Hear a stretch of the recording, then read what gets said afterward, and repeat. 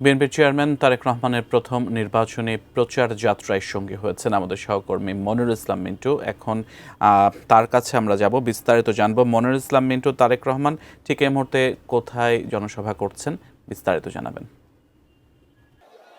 প্রিয় মুরব্বীবর্গ, ভাই বোনেরা, এই যে তাহলে কথা বলা যাবে না, এইসব করলে কথা বলা যাবে না রে ভাই। যারা এসব করবেন আমরা ধরে নিতে হবে তারা বোধহয় আপনারা অন্য কোনো জায়গা থেকে এসে মিটিং নষ্ট করছেন। যারা স্লোগান দিবেন এখন বক্তব্যের মধ্যে, তাহলে আমরা ধরে নিব যে আপনারা অন্য জায়গা থেকে এসে মিটিং নষ্ট করছেন। কথা শুনতে পেয়ে মানুষ দাঁড়িয়েছে কথা শোনার জন্য, অপেক্ষা করছে।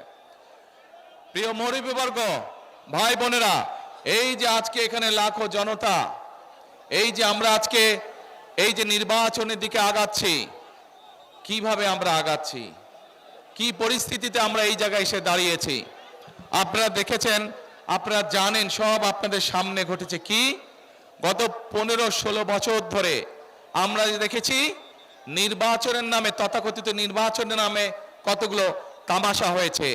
একবার আমিরাবির নির্বাচন হয়েছে, একবার নিশিরাতের নির্বাচন হয়েছে, আরেকবার ভোট চুরি নির্বাচন হয়েছে। একটির পর একটি তথাকথিত নির্বাচন হয়েছে, অর্থাৎ জনগণকে ভোট দিতে দেয় নাই। আপনারা গত 15 বছর ভোট দিতে পেরেছেন? ভোট দিতে পারেন নাই। প্রিয় ভাই বোনেরা, এই যে 2024 সালের যে 5ই আগস্ট এই দেশ থেকে যারা পালিয়ে গিয়েছে, একটা দল এই দেশ থেকে পালিয়ে গেছে না? এরা গত 15-16 বছর বাংলাদেশের মানুষের ভোটের অধিকারকে কেড়ে নিয়েছিল, মানুষকে ভোট দিতে দেয় নাই। এরা বাংলাদেশের মানুষের কথা বলার অধিকার কেড়ে নিয়েছিল, কথা বলতে দেয় নাই। কেউ যদি প্রতিবাদ করত অন্যায়ের, তাদের অন্যায় কাজের প্রতিবাদ করলে হয় তাকে গুম করত, না হলে তাকে গায়েবী মামলা দিত, না হলে তাকে মিথ্যা মামলা দিত, তা না হলে তাকে ধরে নিয়ে যেত, হত্যা করত।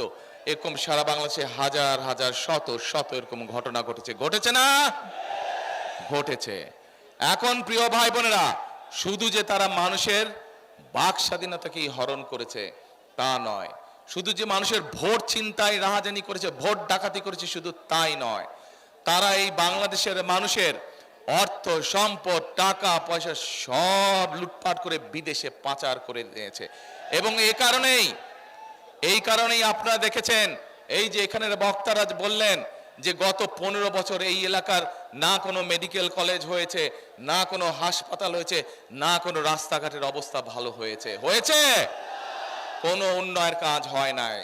দেশনেত্রী খালেদা জিয়ার সময় 2001 থেকে 2006 সাল পর্যন্ত আমরা অনেকগুলো, সাইফুর রহমান সাহেব অনেকগুলো প্রকল্প নিয়েছিলেন এই এলাকার উন্নয়নের জন্য।